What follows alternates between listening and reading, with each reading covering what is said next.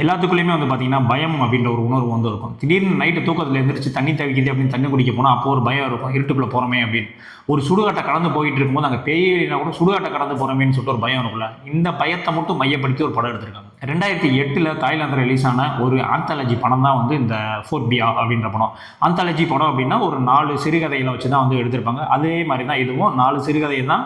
அந்த 4மே வந்து பார்த்தீங்கன்னா, வெவ்வேறு டைரக்டர்கள் வந்து இந்த படத்த வந்து டைரக்ட் பண்ணியிருப்பாங்க. அதுலயும் ஃபர்ஸ்ட் அண்ட் ஃபோர்த் அந்த 2 பார்ட் இருக்குல்ல, நீங்க பார்க்கவே முடியாது. அந்த அளவுக்கு வந்து ஒரு வெறித்தனமான ஒரு ஹாரர் எலிமெண்ட்டா வந்து அந்த படம் வந்து இருந்திருக்கும். அதனுடைய அந்த 2வது கதை இருக்குல்ல, அந்த 2வது கதையில சில அந்த அடல்ட் கன்டென்ட்ஸ் அந்த மாதிரியான விஷயங்கள் இருக்கும். ஸோ அது மட்டும் கொஞ்சம் அவாய்ட் பண்ணிட்டீங்க அப்படின்னா, கண்டிப்பா அந்த படத்த நீங்க ஃபேமிலியோட பார்க்கலாம். ஆனா கண்டிப்பா சொல்றேன், இந்த படத்த நீங்க தனியா பார்க்குறதோ, இல்ல நைட்டு பார்க்குறதோ இருந்தா அவாய்ட் பண்ணிக்கங்க. ஏன்னா அந்த அளவுக்கு வந்து ஒரு வெறித்தனமான ஹாரர் எலிமெண்ட்டா இருக்கும். படம் பார்த்துட்டு இருக்கும்போதே வந்து பார்த்தீங்கன்னா, உங்களுக்கு ஒரு திக்கு திக்குன்னு ஒரு பய உணர்வு வந்து உங்களுக்குள்ள இருந்துகிட்டே இருக்கும். ஸோ இதுதான் வந்து இந்த படத்தினுடைய மிகப்பெரிய வெற்றியே. நான் வந்து பயப்படவே மாட்டேன். எதா இருந்தாலும் பார்த்துட்டேன்ப்பா அப்படின்னு துணிச்சலான ஆளா இருந்தீங்கன்னா, கண்டிப்பா அந்த படத்த நைட் ட்ரை பண்ணி பாருங்க.